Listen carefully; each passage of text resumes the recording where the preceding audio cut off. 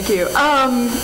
The body of work that's in the exhibition is called Thresholds, and it's a body of work I've been working on for about the last 10 years.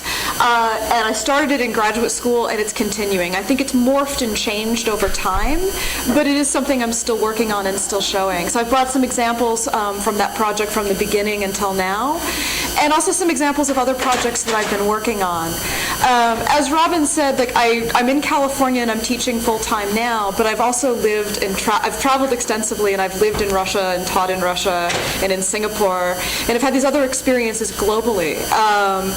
And the travel and the other times I've spent overseas, this project is sort of, it had to take a break because I can't work on it there. So I'm going to show you some examples of things I've done when I've been other places as well.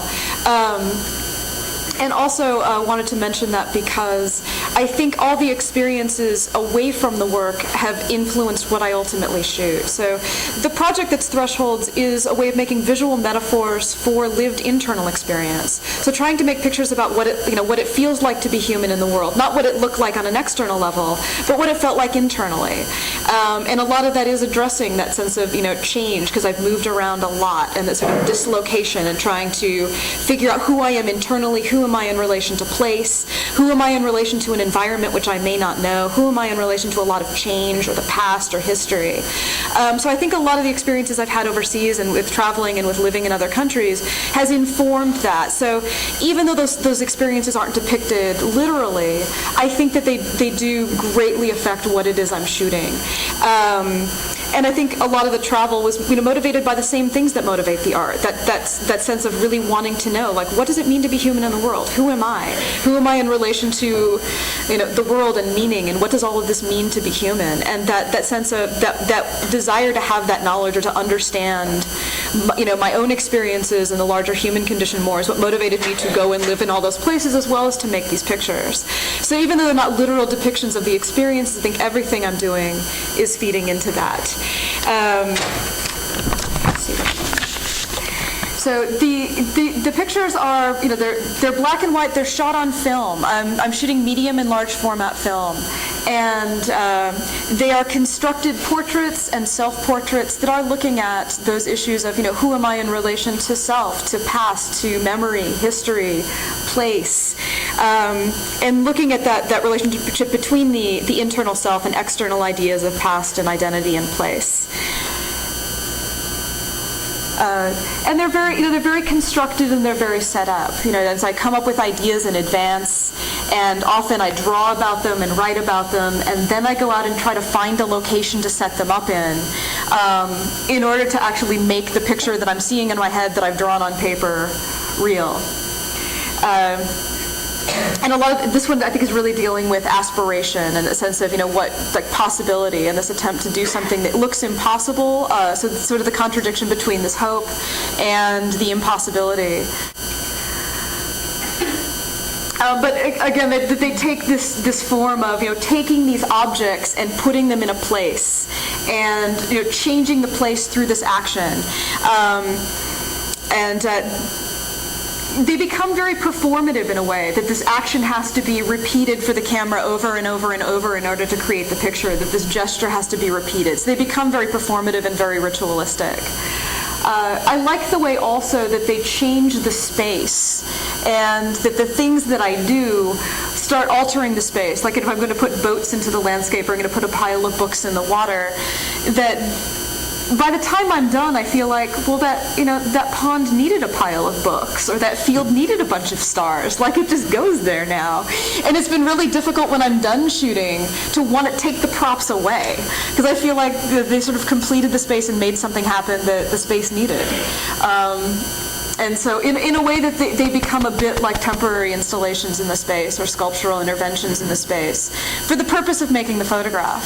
And then they're removed at the end of it. The project is called Thresholds, and it has dealt with the spaces in between things, crossing from one space to another. Sometimes psychologically, in terms of just kind of the border of like self and other, presence and absence, and in some instances actually between one space and another space. And I know that this particular space looks really disorienting in that respect. And it's actually a hole in a ceiling. in an abandoned house, and it was just there, and it needed to be used. And the house was really dark, and I needed to light it, and I didn't have any lights that could be used in an abandoned house with no electricity. So I went around and talked to a bunch of people until I found someone who had a gas-powered generator, and then just brought in hardware store lights and lit up the space. So it took a tremendous amount of effort to basically sit in an abandoned house with my feet dangling. But it was one of those things that just seemed very resonant with what I was doing in terms of the space itself, and needed to make it happen. And it's the view camera, the 4x5 view camera that I'm shooting with, that makes the perspective look as strange as it does, and makes the space look as disorienting as it is. One of the pictures I've made more recently, and looking at the relationship between the mind and your aspirations, sort of being caged within your own head and your own psychology, and yet in a space that's more open. So, what is that sense of identity? Who are you in the world? Who are you in your own head? And then how does that relate to a larger space? And the idea of possibilities with the birds representing ideas, and I think it's a much more direct metaphor than some of the others. And I want to show you some examples of earlier work that I've done as well. Like I said, I've been doing this project for about 10 years. In the examples I showed you at the beginning are kind of a smattering of throughout that time. And I'm going to show you some examples from the early part of it as well. And I think at the beginning of the project, the self, I was the photographer and the subject at the beginning. The early work is all self-portraiture, and I'm in them and I'm shooting them, and often it was a surprise to me to see oh, that's what I look like in the frame. So it felt kind of more performative in a way, that I was using these very long exposures, I was moving in the frame, and the representation of the self was really dissolving and diaphanous, and so it was more of a threshold, in part because I was using more architectural spaces where there were architectural thresholds, and in part because there was this sense of presence and absence of a self that's dissolving and disappearing and is right on the edge of being present and disappearing, and this sense of a self that wasn't very solid. And it was working metaphorically for some just things I was dealing with at that time in terms of how I felt in the world, trying to figure out who I was, and sometimes feeling like the photographs that resulted felt more real than I did.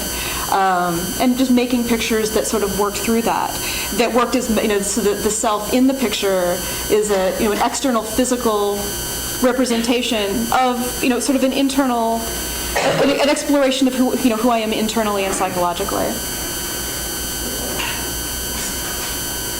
So I tended to be sort of disappearing in a lot of those at the beginning. Things I wanted to show you briefly before I run out of time.